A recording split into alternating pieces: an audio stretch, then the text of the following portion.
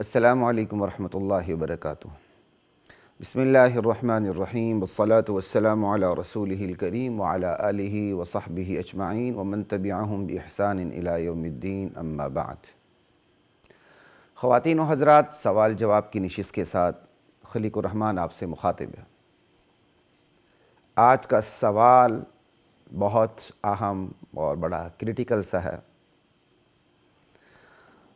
اور تعلق اس کا غیر ضروری اور فروعی مسائل سے ہے، لیکن حالات ایسے ہیں کہ اس پر تھوڑی سی بات کرنا ضروری، اور میں ضروری کیوں سمجھتا ہوں انشاءاللہ اس میں بھی بات واضح ہو جائے گی۔ آج کا سوال مسئلہ حیات و ممات کے متعلق ہے۔ وہ میرے احباب جو مسلسل مجھے سنتے رہتے ہیں انہیں پتہ ہے کہ میں فروعی مسائل پہ بات کرنا پسند نہیں کرتا، اللہ کا شکر ہے، اور فروعی مسائل پہ عموماً انہوں نے میری ویڈیوز بھی نہیں دیکھی، بلکہ دیکھی نہیں ہوں گی۔ ٹھیک ہے جی، اللہ اکبر، یعنی فوکس کر کے فروعی مسائل پہ میں بات نہیں کیا کرتا، لیکن آج ایک اہم ترین موضوع پہ بات کرنے لگا ہوں، وہ ہے مسئلہ حیات و ممات۔ عوام کو اگر یہ مسئلہ سمجھ میں نہ آئے تو کوئی فرق نہیں پڑتا، اہل علم و عمل کے لیے، مدارس کے طلبہ کے لیے، اور بلکہ علماء کے لیے بھی میں اس مسئلے پہ اپنا درد دل سامنے رکھنا چاہتا ہوں۔ اور اس کو جو میں نے عنوان دی ہے وہ عنوان بھی آپ سن لیجئے۔ حیاتی مماتی کی بات بہت چلتی ہے مدارس کے طلبہ میں، اور علماء ہی کی وجہ سے پھر بہت سے عوام بھی اس مسئلے سے آشنا ہو جاتے ہیں۔ تو جو آج کا عنوان ہے وہ ہے حیاتی، مماتی اور شرارتی۔ اس حوالے سے آپ سے بات ہوگی۔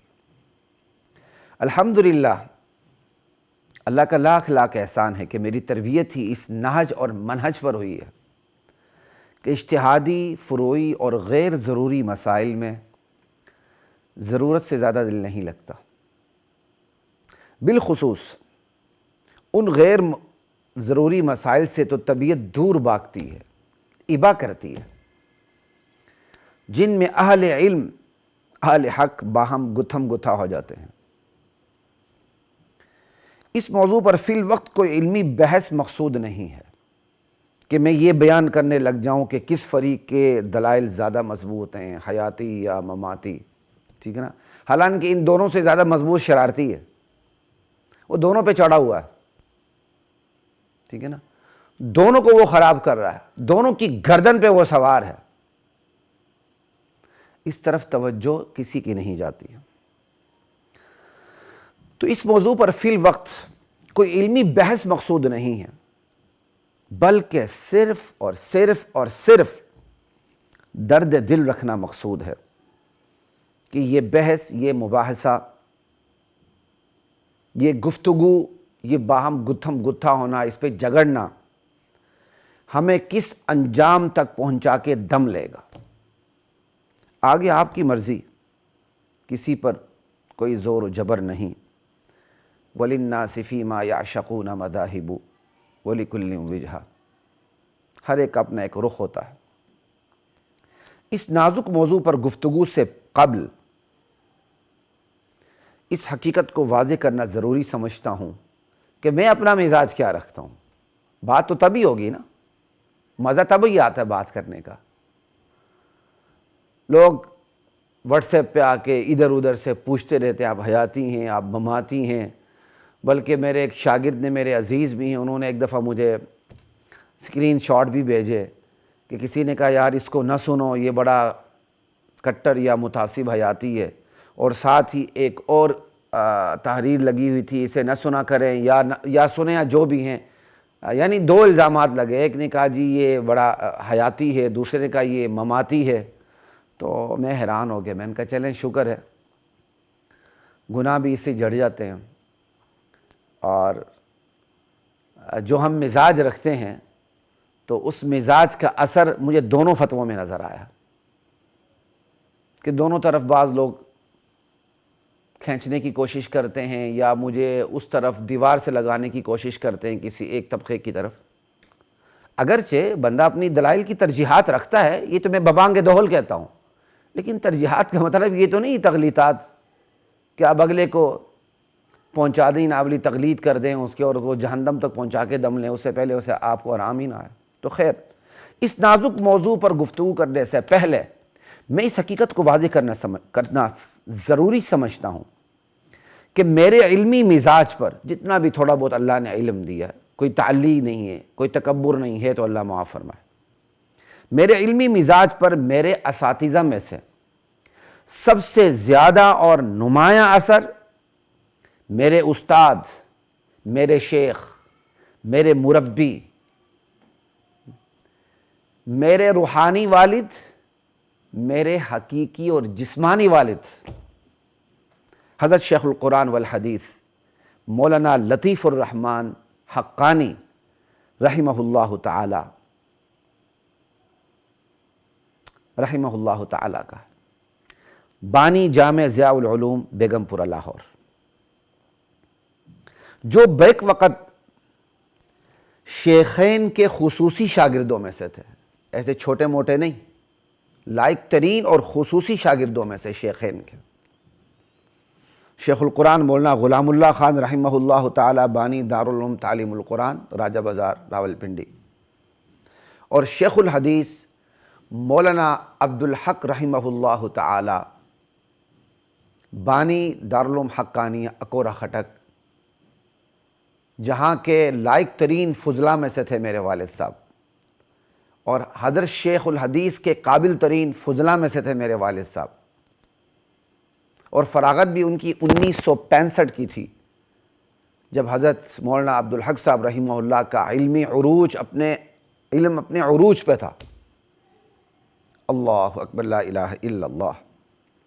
اور شیخ الحدیث مولانا عبدالحق صاحب رحمہ اللہ تعالی، اکثر لوگ جانتے ہیں کہ وہ مولانا سمیع الحق شہید رحمۃ اللہ علیہ کے والد گرامی تھے، اور اس وقت جو دارالعلوم حقانیہ اکورہ خٹک کے محتمم ہیں اور وفاق المدارس کے نائب صدر ہیں مولانا انوار الحق صاحب مد ظلہ العالی، اللہ تعالیٰ ان کا سایہ سلامت رکھے، ان کے والد۔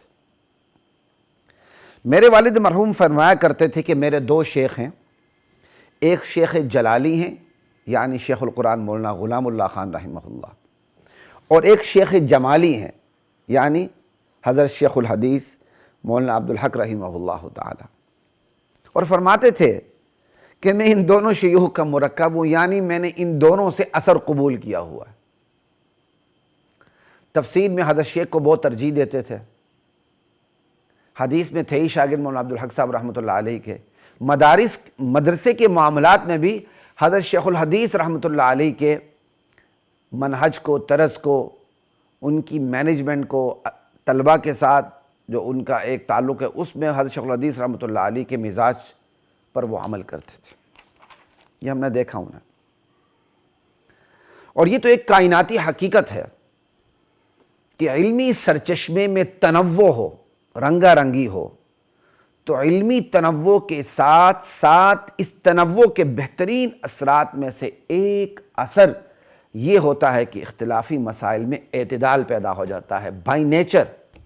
کیوں؟ علمی سرچشمے مختلف ہو گئے، آپ ایک مختلف سرچشمے سے سیراب ہوئے یہاں، پھر ایک مختلف سرچشمے سے سیراب ہوئے یہاں، تو اساتذہ کے مزاج میں فرق ہوتا ہے، اساتذہ کے علم میں فرق ہوتا ہے، پھر اساتذہ کا جو علمی تخصص ہے اس میں فرق ہوتا ہے، تو یہ فرق شاگردوں میں منتقل ہو جاتا ہے۔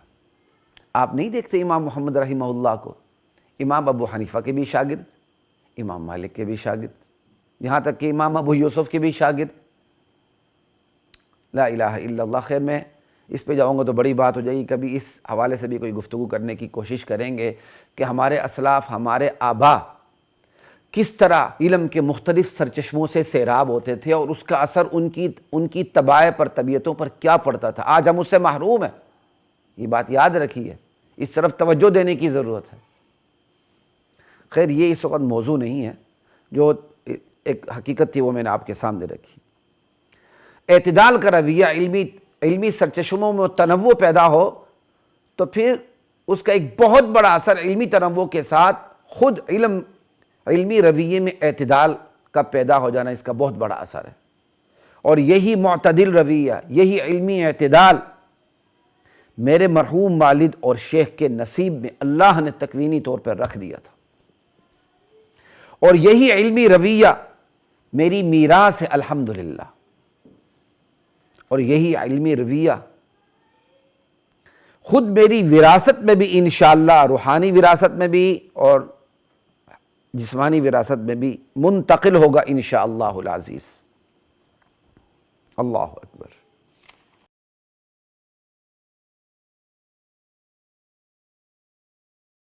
وَلَقَدْ